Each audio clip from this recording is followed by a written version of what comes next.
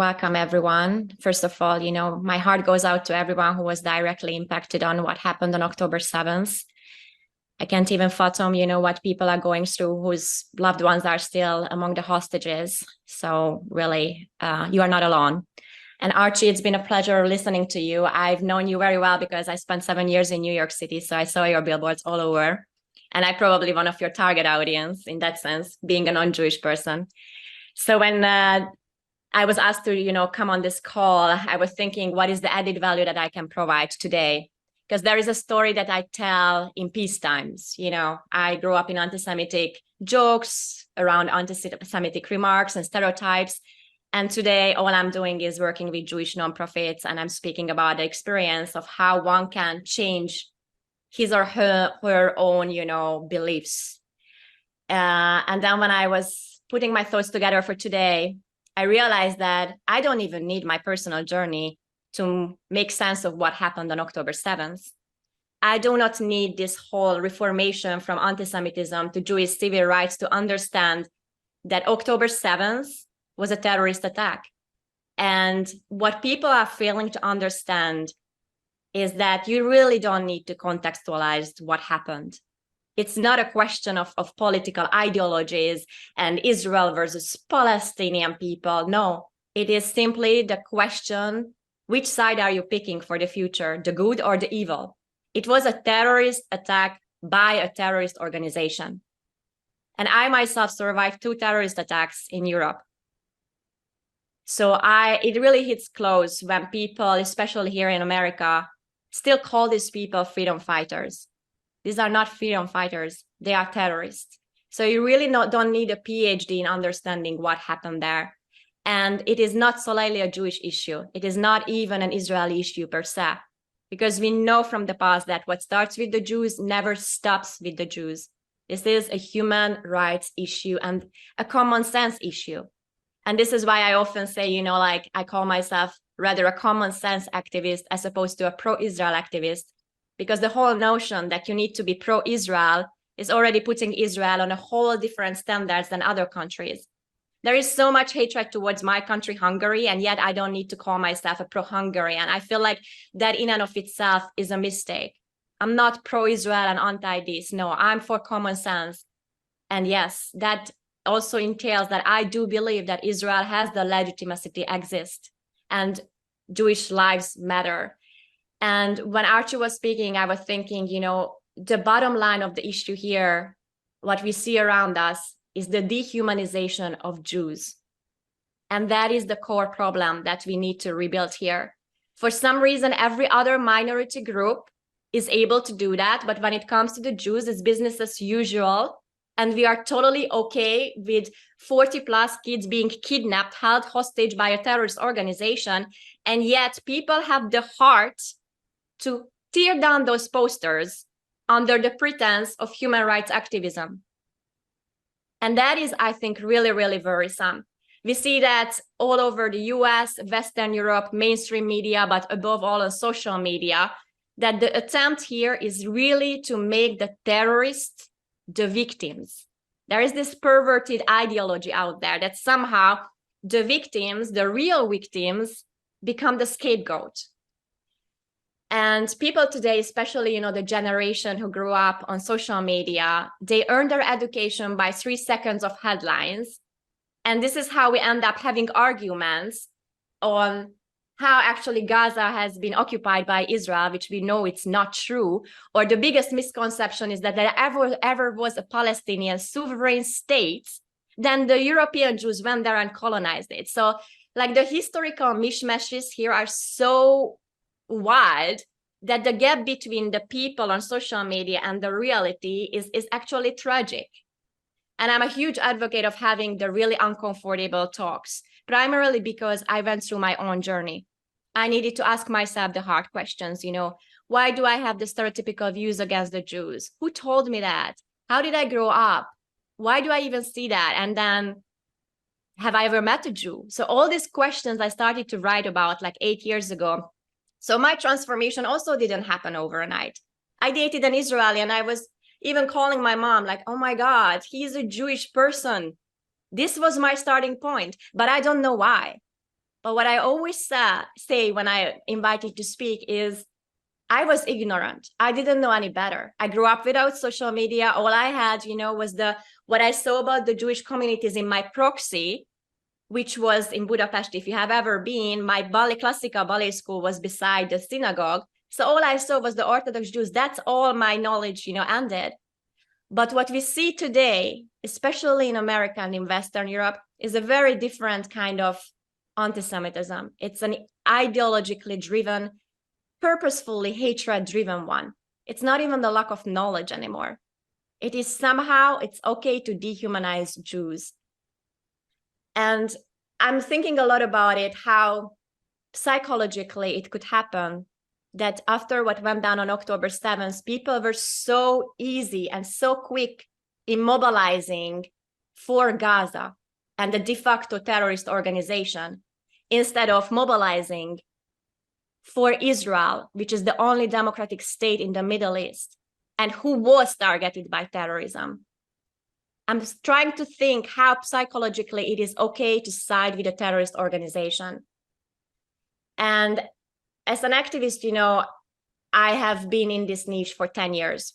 So whoever was around, we know that it didn't happen overnight, what we are seeing now. It was years in the making. Zionist and Jewish and Israeli kids have been targeted on college campuses for years. So it is not something of a novelty.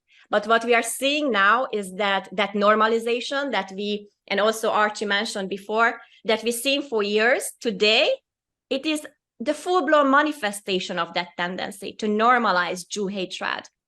And I remember while I was doing my master's degrees, I earned it in Jewish studies in Manhattan at Touro College. All my classmates were Jewish. I think I was the first non-Jew ever doing this program. And my classmates were joking about how they all have one non-Jewish person in their neighborhood who could hide their family should another Holocaust happen. And I found that joke so morbid. And I was like, no, come on, that cannot, no. I mean, how? And that is when I started to understand the collective trauma of the Jewish community. And of course, every society has their, collective traumas. I have my own because of the Soviet Union. My grandfather was taken to the Gulag and so on. But there was the point when I started to understand what it might have meant to be a Jew. That even though the Holocaust is the past, there is always a fear of the future, what can happen. And when people, like wondering how the Holocaust could have happened, I always say that today, this new generation is not even able to offer their seat on the metro to a woman who is, pregnant, or to an older person. But we expect people to kind of save Jews when your life is at stake. So everyone was blaming, in the past, how there was no more people helping. Today, we see the same thing. How could the Holocaust happen? We see it today. It could happen by attesting to hate mongering against Jews. It could happen by remaining bystanders. And it could happen by joining the so-called cool kids cult that is just, just to feel to belong. And that is what we see on the other side now. Everyone pretends to be the cool kids marching with a Palestinian flag and, chanting the motto of a terrorist organization, from the river to the sea, Palestine will be free, without even knowing where Gaza is. And yeah, so I still have faith, but I don't think that the task at hand is an easy one. But such as on an individual level, every day we are making choices between good and evil. That is the same on society level, And it's always easier to choose the bad one because that's easier. It's easier to go towards eating another chips instead of choosing the salad. It's the same thing on a moral level. Obviously, lives are at stake, so it's way more significant. Really, it's heartbreaking for me to see how the Jewish communities are feeling alone. And just this month on social media, it was mentioned, I run under the name Almost Jewish, which was a gimmicky name because I always thought I should have been a Jew. But then I did a DNA test and there is not even 1% in me in Eastern Europe. So that's kind of ridiculous, but there it is. And so I always choose, to talk about things that perhaps bring added value. So I don't want to be another quote unquote pro-Israel advocate because it's not my role. My role is to be me, the non-Jewish person who went through her own experiences. And this month I'm reaching 1 million people. And I get, all the hatred, all the death threats, all that thing. But it's also interesting because Archie said, we all have like a target audience. And for her, clearly, it's non-Jewish people. For me, my followers are really like a mixed bunch. And interestingly enough, I'm having debates with Jewish people who are siding with, Jewish Voice for Palestine and things. And then there I am, the non-Jew, trying to tell them that basically the people you are protecting now would kill you in a heartbeat. So that's like a really twisted situation as well. So since I moved from New York, my activism shifted a lot. In New York, I was doing rallies and I worked at the UN, and then I came out of the UN and made a rally against the UN. So that was my life in New York. Then I moved to the mountains to, have less of an impulse to do these things all the time. But it doesn't stop because I live in Boulder, and all I saw was the other night that the whole city was splattered with the Free Palestine posters sticked over the kidnapped people's faces. So what could I do? Just tore down all the Free Palestine ones because, you are not hiding kids' faces who are held hostage by Hamas. So this is my story. But as I said, my story is not even important here because nobody really needs to understand the historical details to understand and really condemn what happened on October 7th. It was a terrorist attack, and we need to really highlight that Jewish lives matter, and we need to rehumanize Jews. And with this one, I'm going to circle to something that happened recently when the CEO of JNF-USA, Russell Robinson, asked me whether I would like to head the Speakers Bureau at JNF. And I was like, yes, let's do that. But then I didn't really know that this job is actually going to be so much more important than I anticipated. Because today, my role is really to find speakers who either went through, terrorist attack themselves by Hamas or other jihadist groups, or change their lives by going to Israel, or to really rehumanize Jews, as I keep on mentioning. I think it's a very important concept. And so today I'm heading the JNF Speakers Bureau, and I'm really trying to, offer a wide variety of speakers from various minority groups and beyond. And as a speaker, my motto is that if you can change what people are paying attention to, you can change who they are in the moment.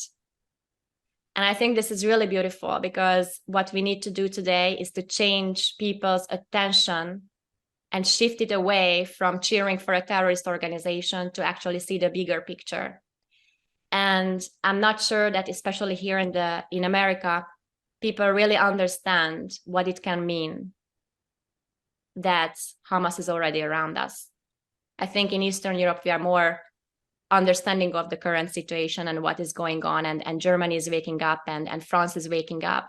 Here in the US, there is this new generation who grew up with such a good life that they don't really know, what they can lose.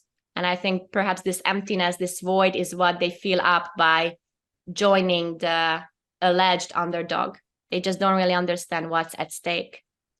So this is where I'm going to stop, and thank you for everyone who joined us today, and thank you for having me. It's been really an honor and a pleasure. Thank you.